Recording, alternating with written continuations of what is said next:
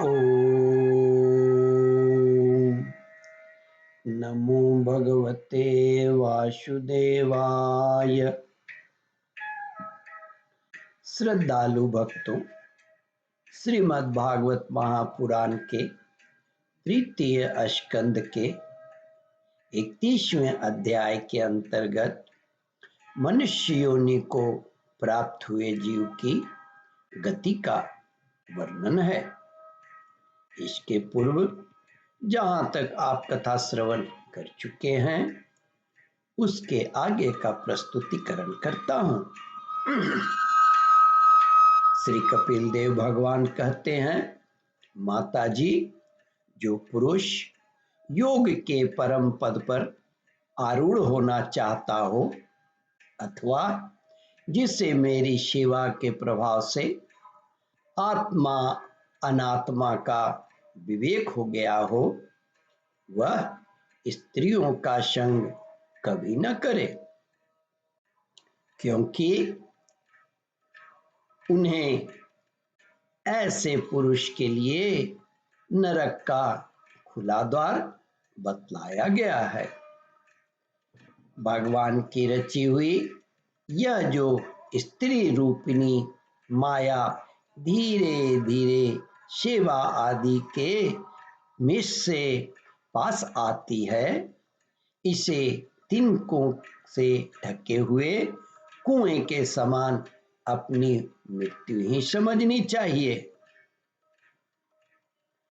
श्री कपिल देव जी भगवान कहते हैं, माता जी, स्त्री में आसक्त रहने के कारण तथा अंत समय में स्त्री का ही ध्यान रहने से जीव को स्त्री योनि प्राप्त होती है।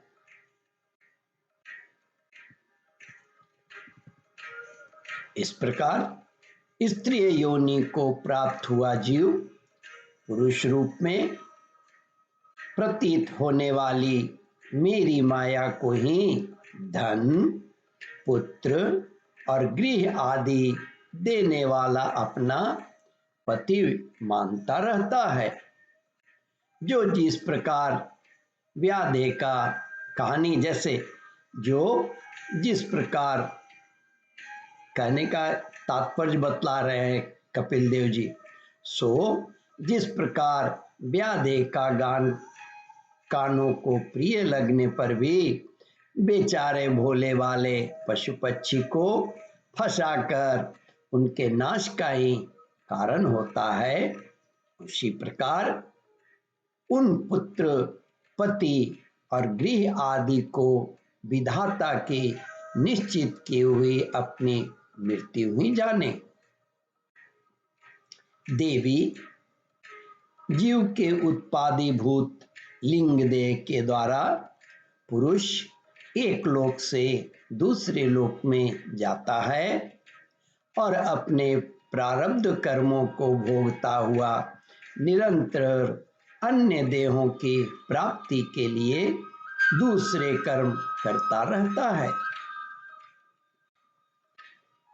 कपिल देव जी भगवान माता से कहते हैं, माता जी, जीव का उपाधि रूप लिंग शरीर तो मोक्ष पर्यंत उसके साथ रहता है तथा भूत, इंद्रिय और मन का कार्य रूप स्थूल शरीर इसका भोगाधिष्ठान ही है। इन दोनों का परस्पर संगठित होकर कार्य न करना ही प्राणी की मृत्यु है और दोनों का साथ साथ प्रकट होना जन्म कहलाता है। पदार्थों की उपलब्धि के स्थान रूप इस स्थूल शरीर में जब उनको ग्रहण करने की योग्यता नहीं रहती, वह उसका मरण है और यह स्थूल शरीर ही मैं हूं, इस अभिमान के साथ उसे देखना उसका जन्म है।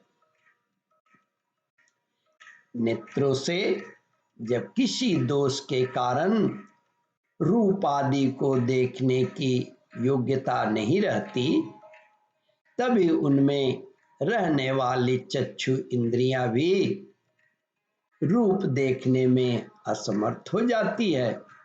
और जब नेत्र और उनमें रहने वाली इंद्रियां दोनों ही रूप देखने में असमर्थ हो जाते हैं, तभी इन दोनों के साक्षी जीव में भी वह योग्यता नहीं रह जाती है। श्री कपिल देव भगवान कहते हैं, माताजी, अतः मुमुक्षु पुरुष को मरणादि से भय, दीनता अथवा मोह नहीं होना चाहिए। उसे जीव के स्वरूप को जानकर धैर्यपूर्वक निसंग भाव से विचरना चाहिए तथा इस मायामय संसार में योग वैराग्य युक्त सम्यक ज्ञान में बुद्धि से शरीर को निक्षेप धरोहर की भांति रहकर उसे उसके प्रति अनासक्त रहते हुए विचरण करना चाहिए। ओम परमात्मने नमः। श्रद्धालु भक्तों, इस कथा को ध्यानपूर्वक श्रवण, मनन और इसका चिंतन करें। इस कथामृत का रसास्वादन अपने बंधु बांधवों को भी करावें। इस वीडियो को शेयर और सब्सक्राइब करें। ओम परमात्मने नमः। श्रद्धालु भक्तों, यहाँ पर 31वां अध्याय समाप्त होता है। इसके आगे 32वां अध्याय प्रारंभ करूंगा। ओम नमो भगवते वासुदेवाय।